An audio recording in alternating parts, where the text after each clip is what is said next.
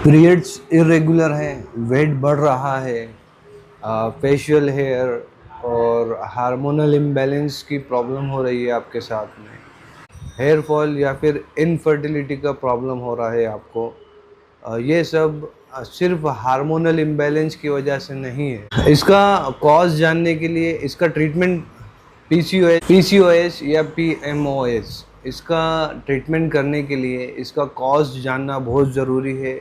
और इसका कॉज जो है वो हार्मोनल इम्बैलेंस नहीं है, वो मेटाबॉलिक डिसऑर्डर है।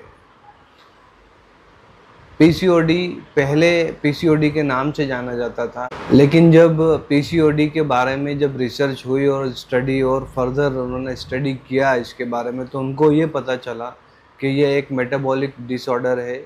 इसलिए उन्होंने इसका नाम पीएमओएस रख दिया, poly endocrine metabolic ovarian syndrome. तो कहने का तात्पर्य ये, यूनानी सिस्टम ऑफ मेडिसिन बरसों से ये कहता आ रहा है कि पीसीओडी जो है, जिसको अभी रिसेंटली ज़्यादा टाइम नहीं हुआ है पीसीओडी का नाम दिए हुए, ये एक मेटाबॉलिक डिसऑर्डर है जिसकी वजह से छोटी छोटी सिस्ट ओवरीज के अंदर हो जाती है। Ovarian cyst are not the problem, the main problem is the cause ovarian cyst came into existence. PCOS क्या है? पीसीओएस जो है वो हार्मोनल एंड मेटाबॉलिक डिसऑर्डर का नाम है। जब ये कंडीशन बॉडी में पैदा होती है तो ओव्यूलेशन जो है वो इरेगुलर हो जाता है। पीसीओएस के अंदर इंसुलिन रेसिस्टेंस देखने को मिलता है, hormonal imbalance and metabolic disorder देखने को मिलता है। और इस कंडीशन को जो और वर्स बनाती है वो सेडेंटरी लाइफस्टाइल है और डाइटरी मिस्टेक्स है। पीसीओएस के केसेस क्यों बढ़ते जा रहे हैं? We need to think, because it is well said, prevention is better than cure. So rather than curing the disease in coming future, you need to prevent it to happen. PCOS क्यों बढ़ता जा रहा है मैं आपको ये बताऊंगा। PCOS के बढ़ने के जो कारण हैं वो हैं sedentary lifestyle, poor sleep, stress, बहुत ज़्यादा एक्सेसिव फूड का इंटेक करना, प्रोसेस फूड का इंटेक करना, शुगर का इंटेक करना, obesity, lack of physical activity. So ये सब का कॉम्बिनेशन मिलके या एक या दो चीज़ आप बार बार करते हैं तो ये आपके मेटाबॉलिक सिस्टम को ख़राब करता है, जिसकी वजह से अगर फीमेल पेशेंट हैं तो डेफिनेटली ओवरीज के ऊपर सिस्ट बनना शुरू हो जाती है, जिसको पीसीओएस हम कह रहे हैं, जिस टॉपिक पर हम बात कर रहे हैं। तो फिर आगे और कॉम्प्लिकेशन होते जाते हैं।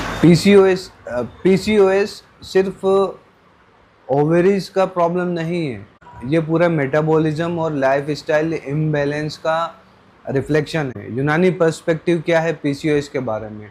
यूनानी पर्सपेक्टिव मॉडर्न मेडिसिन का जो डायग्नोसिस है उसको क्लियरली एक्सप्लेन करता है। साथ ही यूनानी मिजाज, मेटाबॉलिज्म, डाइजेशन और हार्मोनल इम्बैलेंस के रूट कॉज को भी देखता है। अकॉर्डिंग टू यूनानी, अगर पीसीओएस को हम समझें तो उसको इस तरीके से समझेंगे कि पेशेंट का मिजाज और डिसीज़ का मिजाज जो है वो बलगमी होगा, जो कि कोल्ड एंड मॉइस्ट है। पेशेंट का नेचर भी कोल्ड एंड मॉइस्ट होगा, उसके अंदर बलगम का यानी फ्लैग रेशियो है वो बॉडी में बढ़ा हुआ होगा। ओबेसिटी होगा, सीमन मुफरत, मोटापा, और जो मेटाबॉलिज्म होगा वो स्लो होगा और वीक होगा। जब मेटाबॉलिज्म स्लो होता है या वीक होता है तो बॉडी के अंदर जो डाइजेस्टिव सिस्टम है वो जिस तरीके से काम करना चाहिए उस तरीके से काम नहीं करता है, जिसकी वजह से जो फैट होता है और एक्स्ट्रा फैट होता है वो बर्न नहीं हो पाता है, डाइजेस्ट नहीं हो पाता है, जिसको बलगम भी कहा जाता है। वो बॉडी के अंदर स्टोर होने लगता है और विसरल फैट की शक्ल में या और भी फैट बॉडी के अंदर दूसरी जगह पर इकट्ठा होने लगता है। तो कंटिन्यूटी के अंदर वो फैट बॉडी के अंदर जमा होता जाता है, जो कि हार्मोनल इम्बैलेंस का कारण बनता है और फीमेल पेशेंट के मेंस्ट्रुअल साइकिल डिस्टर्ब हो सकती है। यूनानी मैनेजमेंट क्या है इसके लिए? Exercise, improve sleep, manage stress, improve diet, do physical activity. Dietary changes आपको करना पड़ेंगे, बिकॉज जो फैट, जो बलगम, जो फ्लैग्म बॉडी के अंदर जो इंक्रीज हो रहा है, जो प्रॉब्लम का कॉज है, वो क्यों बन रहा है? वो डाइजेस्टिव सिस्टम के स्लो होने की वजह से हो रहा है। और डाइजेस्टिव सिस्टम क्यों स्लो हो रहा है? Because of the food you are taking, the food which has cold temperament and cold and moist temperament, and when it goes into your stomach it creates the same atmosphere there. It weakens your metabolic power. Stop taking cold and moist temperamental food first.